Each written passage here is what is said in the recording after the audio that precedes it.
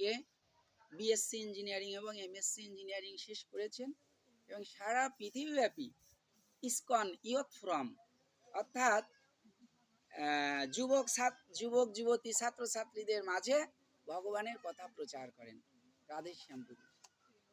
তা একটা ছেলের একটা মেয়েকে খুব পছন্দ হয়েছে, এটা প্রকৃতির নিয়ম, বিপরীত লিঙ্গ পরস্পরকে আকর্ষণ করবেই চুম্বকের মতন, কিন্তু এটা কিন্তু ভালোবাসা না। ভালোবাসা যদিও আই লাভ ইউ বলে, কিন্তু এটা আসলে প্রকৃতপক্ষে ভালোবাসা না। জীবের সাথে জীবের কখনো ভালোবাসা হয় না, প্রেম হয় না। জীবের সাথে জীবের হয় কামের সম্পর্ক। ঠিক আছে, তাই এই যে চৈতন্য চরিতামৃতে বলছে আত্ম ইন্দ্রিয় প্রীতি বাঞ্ছা তাকে বলে কাম, আর কৃষ্ণ ইন্দ্রিয় প্রীতি বাঞ্ছা ধরে প্রেম ও নাম।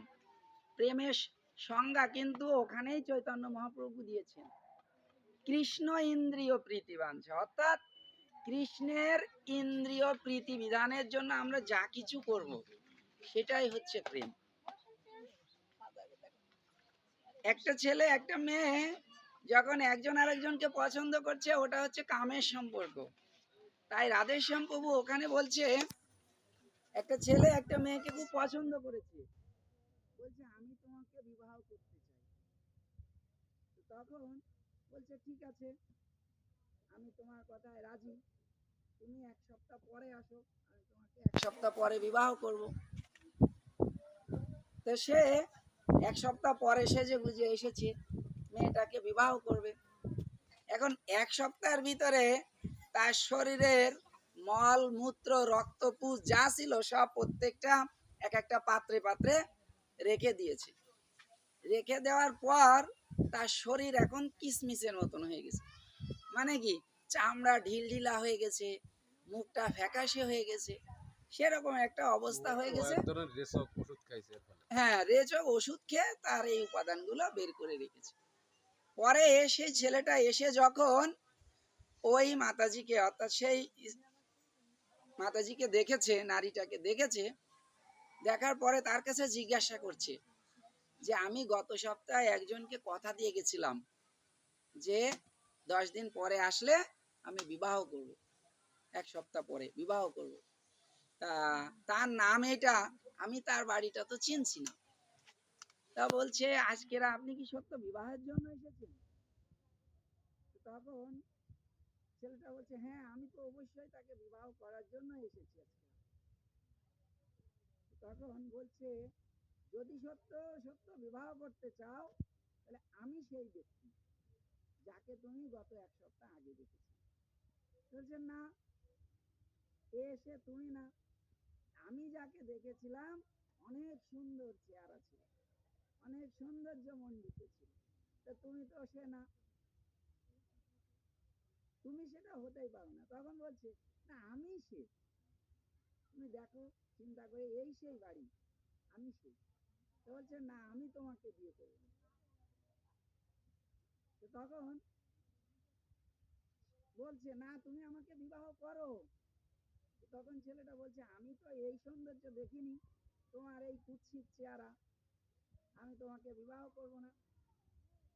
তখন মেয়েটা বলছে যে প্রকৃতপক্ষে তুমি তো আমাকে ভালোবাসোনি, আমার এই শরীর বাহ্যিক ভাবে ভালোবেসেছো, বাহ্যিক যা কিছু আমার শরীরে ছিল সব দেখো এইখানে পাত্রে রেখে দিয়েছি, তাহলে ওই মল মূত্র বিষটা তুমি এটাকেই ভালোবেসেছো। যদি প্রকৃতপক্ষে আমাকে ভালোবাসতে তাহলে আমার এই কিসমিস চেহারাটাকে ভালোবাসতে।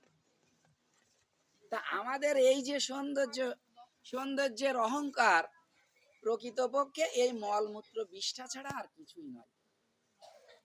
এই জন্য জীবের সাথে জীবের কখনো প্রেমের সম্পর্ক হয় না, জীবের সাথে কৃষ্ণের হয় প্রেমের সম্পর্ক।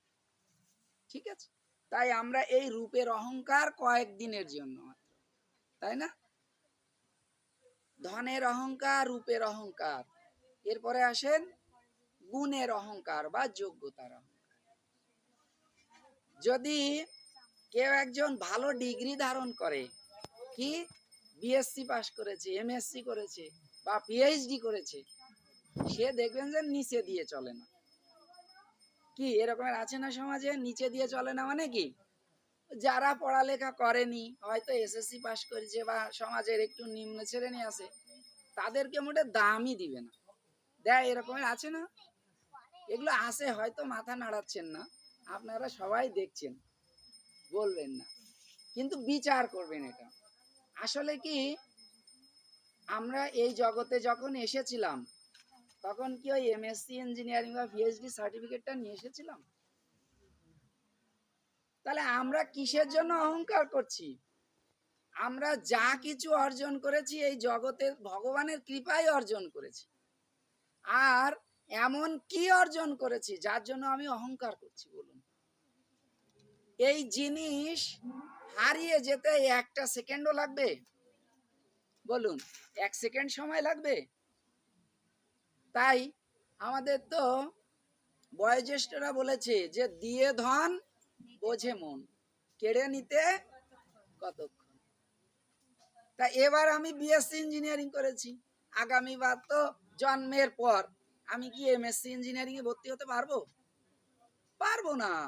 এই জগতেই আমরা ভগবানের সবকিছু নিয়েই গ্রহণ করেছি, অর্জন করেছি, তাহলে আমার অহংকারটা কোথায়?